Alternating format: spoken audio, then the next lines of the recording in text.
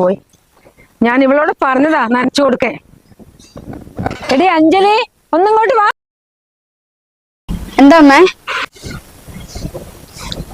അയ്യേ, ഈ കോഴ്സിന് എങ്ങോട്ട് വാ നിക്ക? അതമ്മേ, ഏട്ടൻ പറഞ്ഞിട്ടുണ്ടായിരുന്നു ഇവിടെ അടുത്ത ഫ്രണ്ടിന്റെ വീട്ടിൽ പോകണ്ടെന്ന്. അതിനു വേണ്ടി റെഡി ആയതാ. നല്ല കാര്യായി. നീ ഈ കോഴ്സാണ് വേറൊരു വീട്ടിലേക്ക് പോകുന്നത്? നാട്ടുകാരുടെ ചിരിക്കില്ലേ? ഒന്നുമില്ലെങ്കിൽ ഇവിടെ അച്ഛനും അമ്മയ്ക്കുള്ള വീടല്ലേ? ഈ ഡ്രസ്സിലാണ് ഇവിടെ നടക്കുന്നത്? അമ്മേ, ഞാൻ തന്നെ ഇവളോട് ഈ ഡ്രസ്സ് ഇടാൻ പറഞ്ഞത്. നിനക്ക് കുറച്ചൊന്നും വിവരം ഉണ്ടോടാ? ഈ കോഴ്സിന് ഇവിടെ നടക്കാൻ പറ്റില്ല. നീ ഇത് ഇവളെ കൊണ്ട് മാറ്റാൻ പറഞ്ഞിട്ട് വരെ ചുരിയോട്ട് പോകാൻ നോക്കേ. നീ ഒരു കാര്യം ചെയ്, അമ്മ പറഞ്ഞോട് കേക്ക്, പോയി ഡ്രസ്സ് മാറ്റി. നിക്ക നീ ഡ്രസ്സ് മാറ്റി വന്നിട്ട് ഈ ചെടികൾക്കൊക്കെ ഒന്ന് വെള്ളം നനച്ചോട്. എന്നിട്ട് പോകേണ്ട അടുത്തേക്ക് പോയാൽ മതി.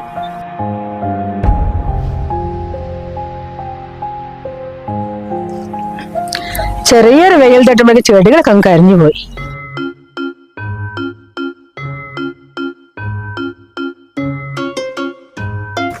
അമ്മേ, ഒരുത്തിനെ പറഞ്ഞു വിടുമ്പോഴേക്കും മറ്റൊരുത്തി അതിനെയും പറ്റി കോളേജിലാണല്ലോ വരുന്നത്. എന്താ മോളെ? ഞങ്ങളൊന്ന് പുറത്തു പോയിട്ട് വരാം. എങ്ങോട്ട്? ഞങ്ങളെ ഒരു പാർട്ടിക്ക് പോവാ. ആണോ? ഒരുപാട് ആൾക്കാരുണ്ടാവില്ലേ മോളെ അവിടെ? ഈ ഡ്രസ്സിലാണോ പോകുന്നത്? അതിനെന്താ അമ്മേ? അതല്ല മോളെ, ഈ ചുറ്റുപാട് ആരും ഇങ്ങനത്തെ ഡ്രസ്സുകളൊന്നും ഇടില്ല. മോള് മാത്രം ഇടുമ്പോ ആൾക്കാരെന്ത് പറയാ, അതുകൊണ്ടാ.